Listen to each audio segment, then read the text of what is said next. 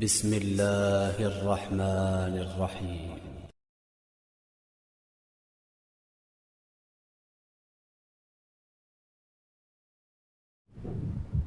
السلام علیکم۔ آج آپ کے سامنے جنات کے ٹاپک کے اوپر لے کے آیا ہوں ایک ویڈیو جو آپ کے لیے بہت مفید ثابت ہوگی اور معلومات کے لیے، پبلک اویئرنیس کے لیے، لوگوں کے فائدے کے لیے ہے۔ یہ میں بتاتا ہوں کہ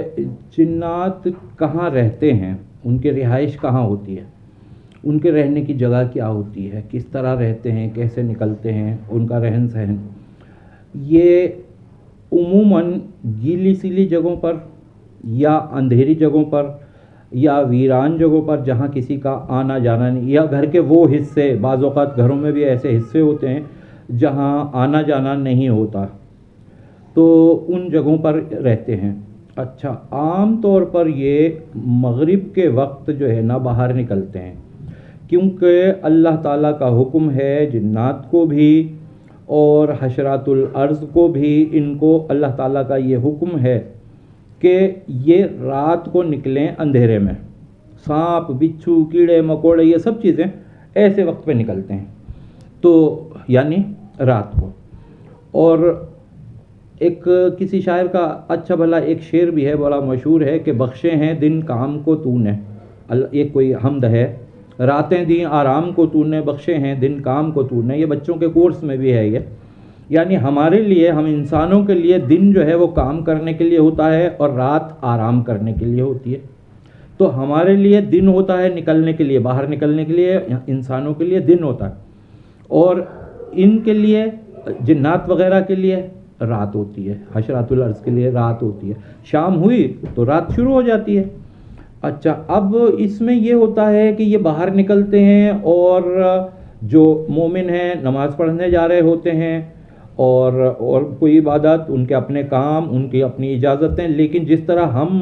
انسانوں میں نافرمانیاں ہیں نا اللہ تعالیٰ کے احکامات کی، کچھ اپنے حالات کی وجہ سے، کسی کی نائٹ ڈیوٹی لگتی ہے،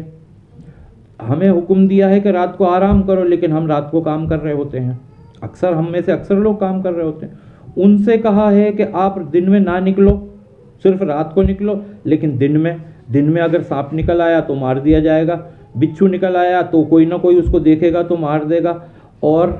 انسان اگر بے وقت یعنی رات کو اگر نکلے گا تو اس کو یہ شدید خطرہ اس بات کا ہے کہ اگر وہ دین سے دور ہے تو جنات کے لیے وہ بہت آسان شکار ہے۔ کوئی انسان، عام طور پر ہم نے یہ دیکھا ہے کہ وہ لوگ جنات کا شکار ہوتے ہیں جن کو قرآن شریف پڑھنا ہی نہیں آتا، قرآن نہیں پڑھنا آتا، نہ نماز کے، نہ روزے کے، نہ کسی اور دین سے واسطہ، بس نام کے مسلمان ہیں، تو ایسے لوگوں کے اوپر جنات بہت جلدی حاوی ہو جاتے ہیں۔ تو اچھا، ایک حضور پاک صلی اللہ علیہ وآلہ وسلم کا ایک فرمان یاد آیا مجھے کہ آپ صلی اللہ علیہ وآلہ وسلم فرماتے ہیں کہ مغرب سے پہلے اپنے گھروں میں چراغ روشن کر لو، مغرب سے پہلے۔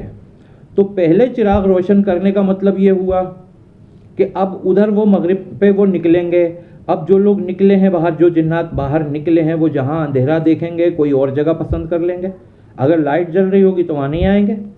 ظاہر بات ہے انہیں اندھیری والی جگہیں پسند ہوتی ہیں نا۔ اگر داخل بھی ہو گئے، اگر شیاطین قسم کے کوئی نہ کوئی قسم کی خرابیاں پیدا کریں گے، کوئی لڑائی جھگڑا بیماری،